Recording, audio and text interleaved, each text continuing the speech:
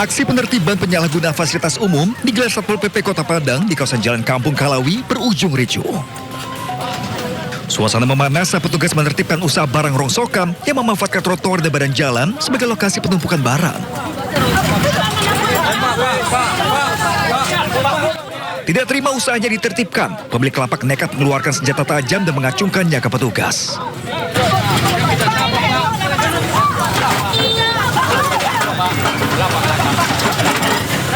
Kericuhan berlanjut saat petugas berusaha mengamankan sebuah timbangan sebagai barang bukti dugaan pelanggaran.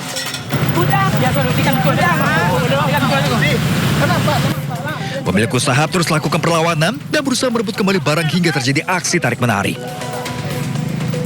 Kita ambilkan tindakan mengambil suatu timbangan di lokasi tersebut. Yang bersangkutan melakukan perlawanan untuk mempertahankan barang atau timbangan tersebut. Namun kita tetap melakukan secara persuasif, secara harmonis kepada yang bersangkutan. Alhamdulillah barang tersebut kita amankan. Kemudian setelah nanti trotoar tersebut dikosongkan, nanti kita kembalikan kepada yang bersangkutan. Karena di lokasi tersebut sering terjadi kemacetan di saat sore hari. Tindakan tegas ini dilakukan lantaran pemilik usaha dinilai melanggar peraturan daerah tentang ketertiban umum. Satpol PP Kota Padang menegaskan akan terus meningkatkan pengawasan dan menindak tegas pelanggaran pengguna fasilitas publik di wilayah Kota Padang. Dari Padang, Sumatera Barat, Budi Sunandar, iNews melaporkan.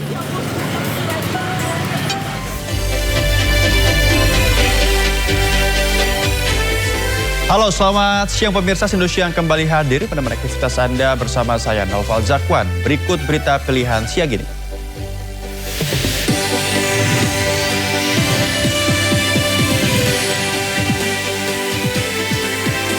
Tragis seorang dokter magang tewas terjatuh dari apartemen Kalibata City.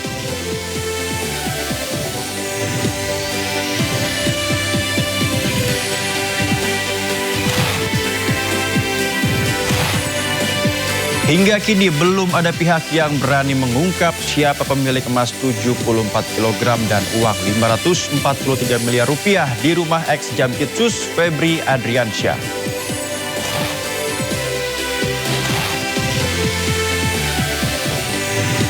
Ferry Warjio yang baru saja mengundurkan diri sebagai Gubernur Bank Indonesia ternyata perintis pembayaran digital KRIS di tanah air hingga mendunia.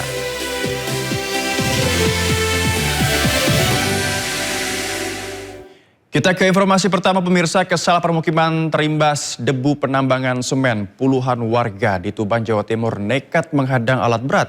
Pasalnya jarak lokasi tambang dan permukiman hanya berkisar 200 meter.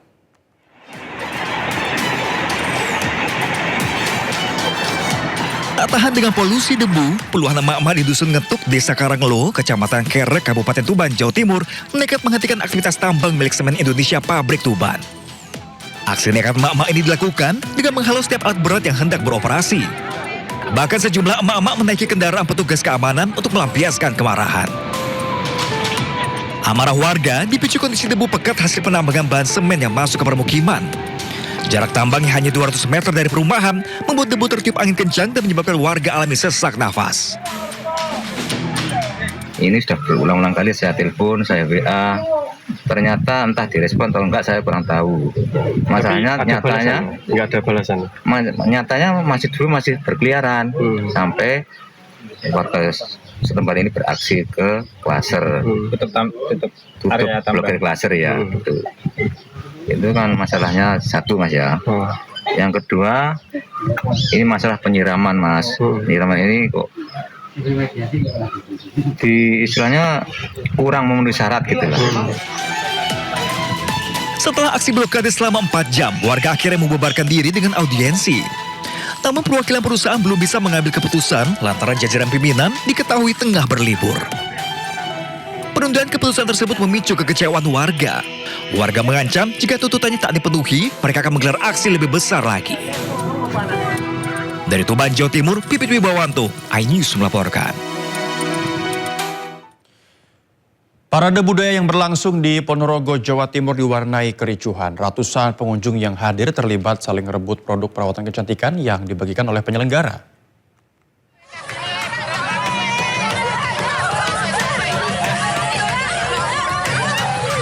Ratusan pengunjung ini saling berdesakan dan saling dorong untuk mendapatkan produk perawatan kecantikan yang dibagikan secara gratis. Meski harus berdesakan dan bahkan terinjak, namun warga tetap antusias berusaha mendapatkan produk kecantikan tersebut. Aksi saling rebut ini terjadi di alun-alun Ponorogo saat digelar acara parade budaya oleh salah satu produk kecantikan. Menurut pihak penyelenggara, rencananya produk akan dibagikan secara tertib, tetapi karena jumlah pengunjung yang membludak, sehingga antrean tidak bisa dikendalikan. Warga pun berharap kedepannya acara melibatkan petugas keamanan agar berlangsung tertib dengan tetap mengutamakan keselamatan. Dari Ponorogo, Jawa Timur, Ahmad Subeki, iNews melaporkan. Kabar duka kembali datang dari dunia kedokteran. Diduga akibat tekanan pekerjaan, seorang dokter muda wanita tewas terjatuh di apartemen Kalibata City, Pancoran, Jakarta Selatan. Korban terjatuh dari lantai 18 dan jasadnya tersangkut di lantai 2 apartemen.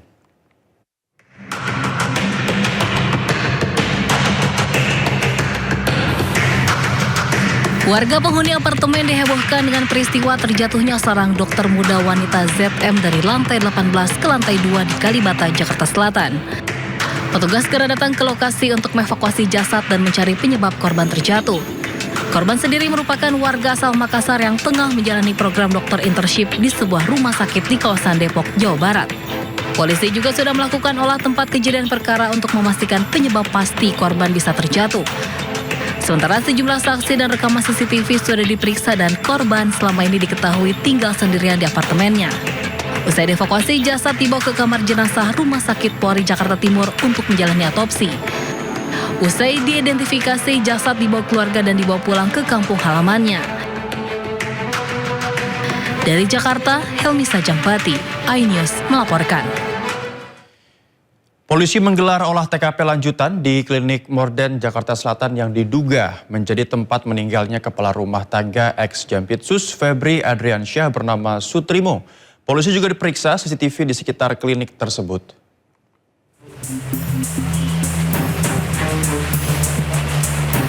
Tim gabungan Polda Metro Jaya dan Polres Metro Jakarta Selatan menggelar olah TKP lanjutan di Modern Estetik Klinik Kebayoran Baru, Jakarta Selatan yang menjadi lokasi ditemukannya kepala rumah tangga ex-Jampitsus Febri Adriansyah bernama Sutrimo. Bangunan klinik nampak tak terawat. Beberapa plafon atap klinik terlihat sudah terlepas, halaman klinik dipenuhi semak liar dan sejumlah barang bekas. Setelah 1 jam, tim gabungan membawa sejumlah barang bukti berupa karpet dan 1 plastik. Barang bukti kemudian dibawa ke Mabes Polri untuk diperiksa tim Puslap 4. Polisi juga memeriksa rekaman kamera CCTV di sekitar klinik untuk mengetahui peristiwa sebenarnya. Aparat kepolisian memasang garis polisi di gerbang dan pintu masuk klinik Modern. Kabid Humas Polda Metro Jaya Kombes Pol Budi Hermanto mengatakan polisi akan mengungkap kematian tak wajar Karumga ex-Jampitsus Febri Adriansyah tersebut.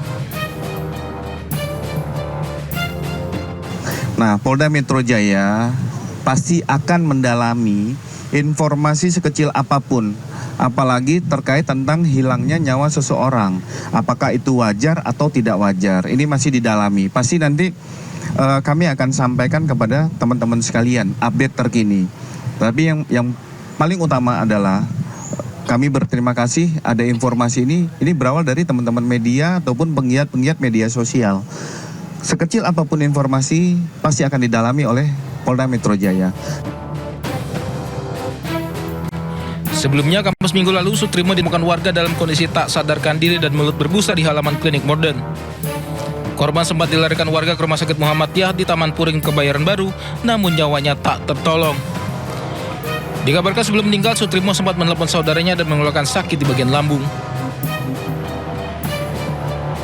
Dari Jakarta, tim liputan iNews melaporkan. Meninggal Sutrimo, pria yang diduga Karumga Febri Adriansyah hingga kini masih menjadi misteri. Polisi tidak menutup kemungkinan akan melakukan ekshumasi bila hasil penyelidikan meninggalnya korban ditemukan tidak wajar.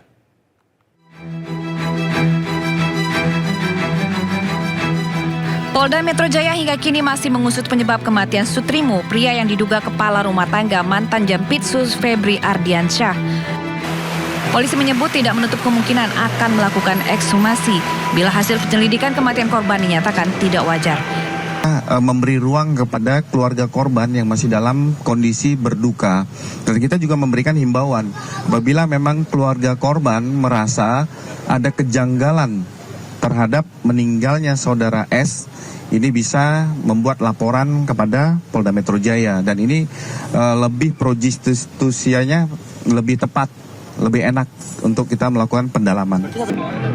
Selain meminta keterangan dari saksi, olah tempat kejadian perkara juga telah dilaksanakan. Digelar di Modern Aesthetic Clinic, Kebayoran Baru, Jakarta Selatan. Klinik ini diduga sudah tidak beroperasi bahkan sejak 5 tahun lalu. Pria bernama Sutrimo sebelumnya ditemukan tak sadarkan diri di sebuah klinik terbengkalai Jakarta Selatan. Korban kemudian dievakuasi ke Rumah Sakit Muhammadiyah Taman Puring. Namun ketika tiba di rumah sakit, korban dinyatakan meninggal. Dari identitasnya, warga menduga Sutrimo sebagai penjaga rumah atau kepala rumah tangga Pantan Jampitsus Febri Ardiansyah yang saat ini terseret kasus korupsi. Tim Liputan iNews melaporkan. Ya, keluarga Sutrimo di Banyumas, Jawa Tengah tidak akan menuntut pihak manapun terkait meninggalnya Sutrimo. Keluarga ikhlas menerima kepergian kepala keluarga mantan Jampitsus atau Sutrimo.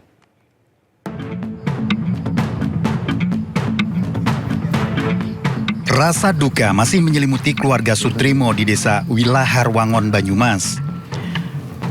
Meninggalnya duda berusia 42 tahun ini tetap meninggalkan kehilangan.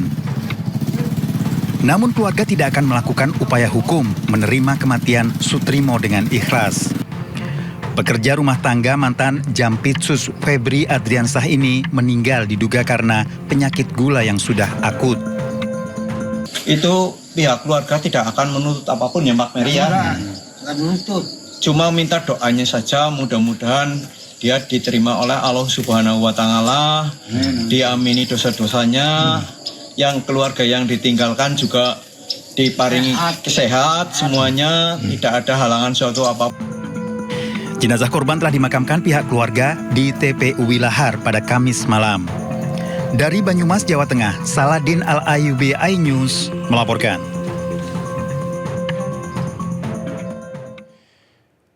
Sebelumnya, Kepala Staf Rumah Tangga ex-Jampitsus Febri Ardiansyah ditemukan tewas di sebuah klinik. Dalam informasi tersebut, Sutrimo meninggal dunia dengan kondisi mulut berbusa.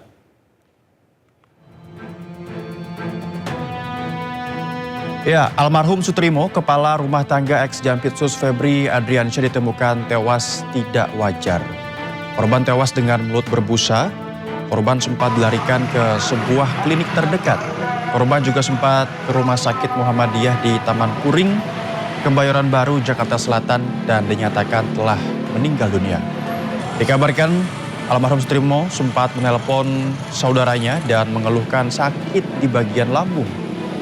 Almarhum Sutrimo dibawa ke kampung halaman untuk dimakamkan.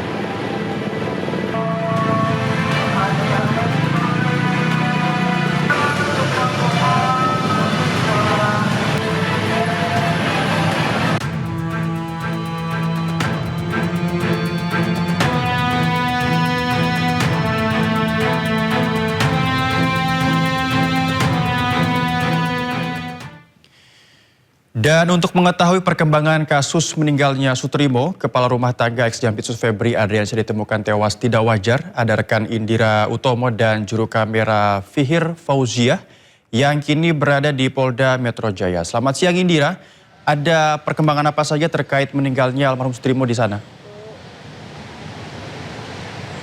Ya, selamat siang Noval dan juga pemirsa. Memang untuk update terbaru dari meninggalnya Karungga ex-Jampitsus Febri Ardiansyah, kami selaku awak media yang stay di Polda Metro Jaya masih terus menunggu apakah ada informasi lebih lanjut, karena memang kemarin tim Puslapor ini baru melaksanakan tempat TKP untuk olah perkara seperti apa kasus ini terjadi di Klinik Morden Kebayoran, Jakarta Selatan. Dan untuk olah TKP sendiri berlangsung sejak pukul 1 siang dan selesai pada pukul 2.15. Dan Usai pemeriksaan, petugas memang terlihat membawa sejumlah barang dan berdasarkan pandangan mata kami selaku awak media, barang-barang yang berhasil dibawa oleh penyidik ini berupa ada tikar, kemudian barang yang dimasukkan ke dalam plastik dan juga ada kotak hitam. Dan awak media juga sempat bertanya begitu kepada penyidik apakah menemukan sisa ataupun tanda-tanda adanya racun begitu di klinik Morden, dan dari pihak penyidik membantah hal tersebut. Adapun kami juga sempat bertanya mengenai sebenarnya barang apa saja yang ditemukan, namun dari pihak penyidik menyatakan nanti bahwa hasil olah TKP akan ada preskon tersendiri begitu yang nantinya akan dibeberkan langsung oleh Kabid Humas Polda Metro Jaya.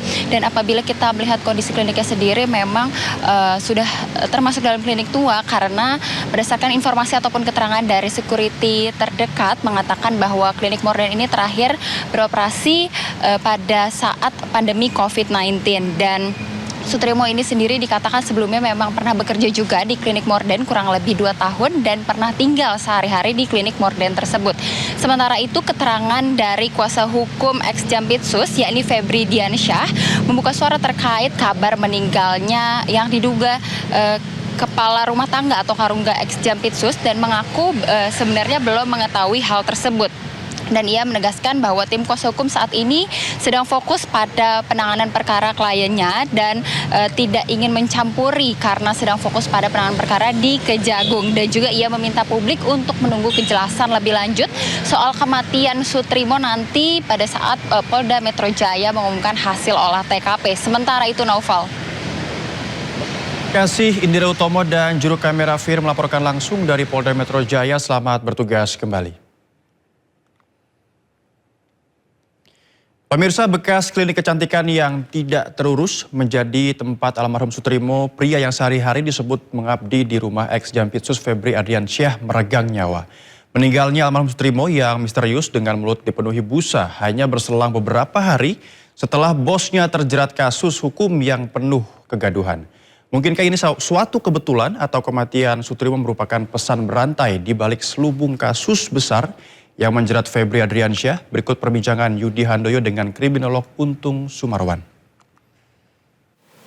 Iya, saya kira masih terlalu jauh juga sih, karena memang belum ada hasil pemeriksaan yang dipublikasikan gitu ya. Kita masih sebatas mengira-ngira. Kalau kita berpikir, katakanlah kita melihat dari perspektif awam, saya kira ya terlalu naif gitu ya.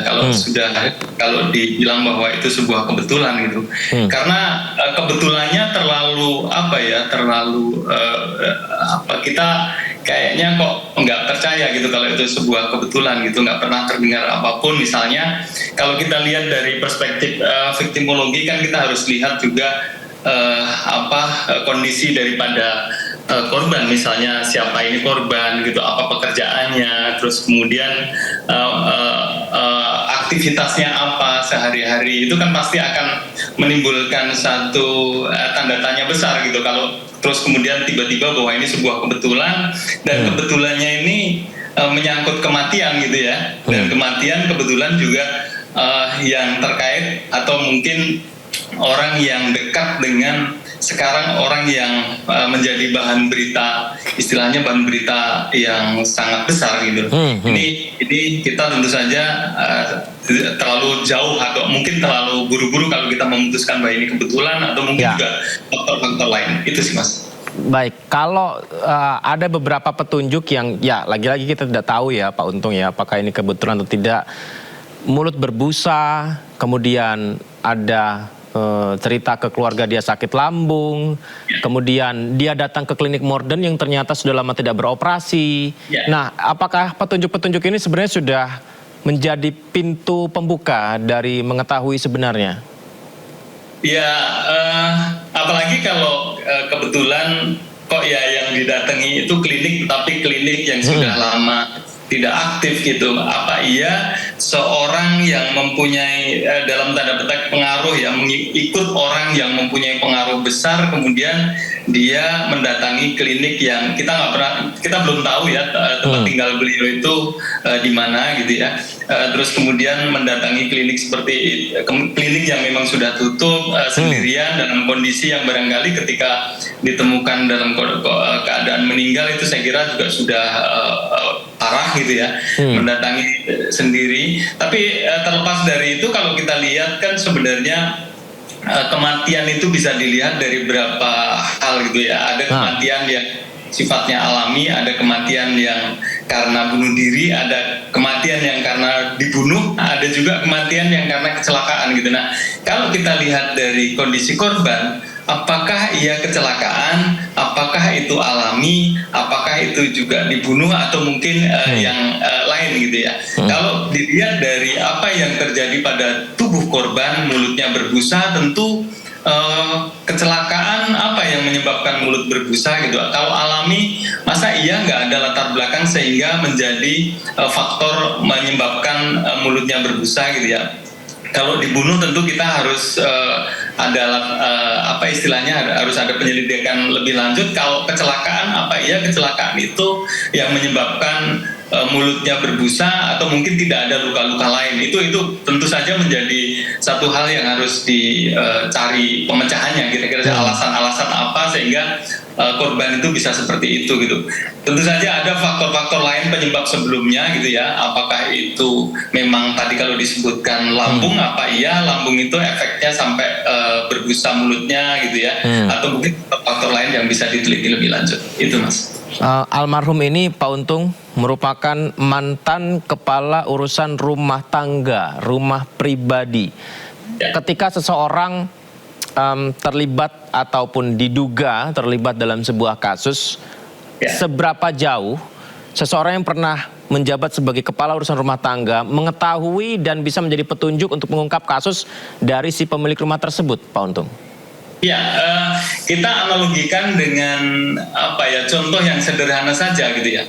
Ketika dia adalah kepala rumah tangga, katakanlah kepala rumah tangga artinya orang ya bukan kepala rumah tangga sebagai orang yang berumah tangga, tapi mengetahui lah.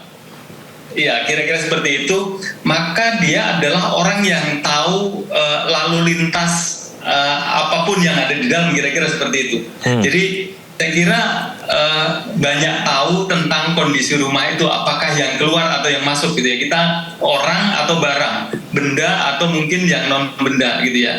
Saya kira itu menjadi bahan kajian tersendiri atau mungkin juga menjadi hal yang bisa diselidiki sejauh apa Pak Sutrimo ini bisa mengetahui dan sejauh mana dia berhubungan juga dengan orang yang mungkin keluar masuk atau mungkin juga barang yang keluar masuk. Saya kira itu hal yang menarik dan perlu dikaji. Jenguk ex Jampitsus Febri Adriansyah di rutan KPK, kuasa hukum tegaskan Febri tidak mendapat perlakuan khusus sebagai tahanan. Hari keempat ex Jampitsus Febri Adriansyah di rutan KPK mendapat kunjungan dari tim kuasa hukum Febri Diansyah. Kuasa hukum tegaskan kliennya dalam kondisi baik dan tidak mendapat perlakuan istimewa di dalam rutan KPK.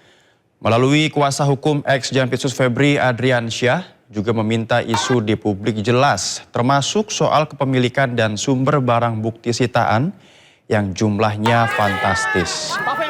Menurut Febri, masih banyak wilayah abu-abu atau samar secara hukum yang harus bisa dibuktikan oleh penyidik.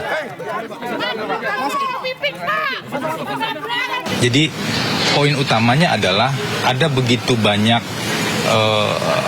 wilayah yang abu-abu, wilayah yang samar secara hukum saat ini yang belum clear. Tentu ini dari pandangan kami ya. Nah, wilayah yang samar-samar dan wilayah yang abu-abu inilah yang seharusnya bisa diklirkan dengan bukti-bukti yang ada. Itu kewenangan dari penyidik di Kejaksaan Agung. Kami menghormati kewenangan tim penyidik Kejaksaan Agung tersebut. Dua tersangka korupsi dan tindak pidana pencucian uang Febri Adriansyah dan Don Rito sudah ditahan. Hingga kini satu teka-teki belum terpecahkan siapa pemilik 74 kg emas dan uang 543 miliar rupiah. Walaupun dua tersangka korupsi dan tindak pidana pencucian uang Febri Adriansyah dan Don Rito sudah ditahan, namun ada satu teka-teki yang belum terpecahkan. Siapa pemilik 74 kg emas dan 543 miliar rupiah hasil penggeledahan Kortas Tipikor? Febri sempat mengaku jika rumah di Sentul adalah miliknya, namun tidak dengan barang-barang yang ada di dalamnya. Tentang rumah Sentul, ya, itu memang rumah pribadi Jampisus, dan mengenai uang tadi kan sudah saya jelaskan yang ditemukan bahwa itu ada pemilik, ya, bahwa itu ada kegiatan. Tiba-tiba saja melalui pengacaranya, Don Rito mengaku jika emas dan uang yang disita polisi di rumah Febri adalah miliknya. Yang pasti itu tidak berkaitan dengan Pak Febri. Kedua, yang pasti itu ada pihak yang secara legal menyerahkan. Sepekan kemudian, 24 Juli, Febri Adriansyah menyusul Don Rito. Penyidik Kejagung menetapkannya sebagai tersangka tindak pidana pencucian uang. Sebelum digelandang ke rutan KPK, Febri sempat melontarkan teka-teki tentang emas dan uang yang disita polisi di rumahnya.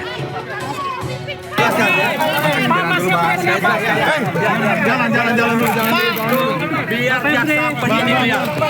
Jadi masukkan ke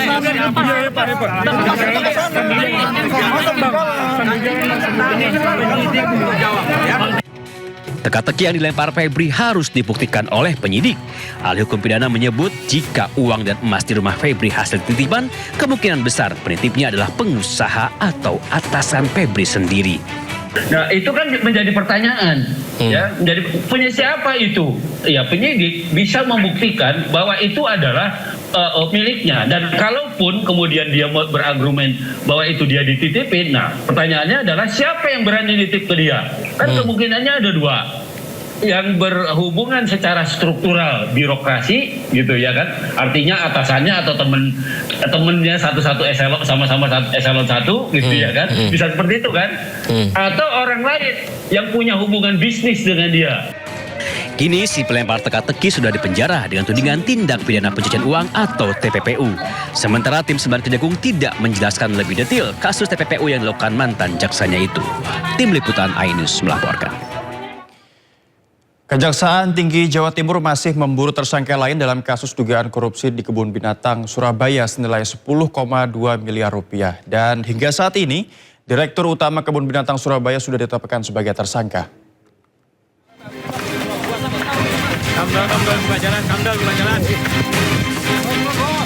Usai menetapkan mantan Direktur Utama Kebun Binatang Surabaya Khairul Anwar sebagai tersangka dugaan korupsi dana operasional sebesar 10,2 miliar rupiah, penyidik Kejati Jawa Timur mulai memburu tersangka lain.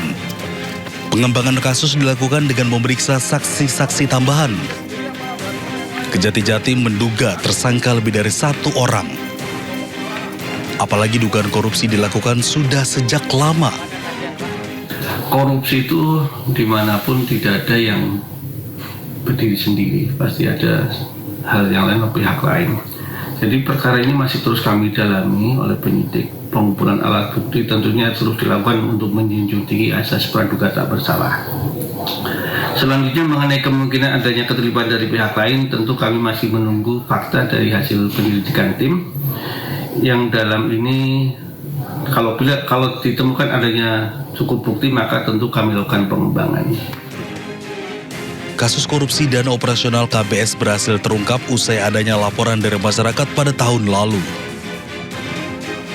Mantan Direktur KBS periode 2016-2024 Khairul Anwar diduga melakukan korupsi dana operasional senilai 10,2 miliar rupiah.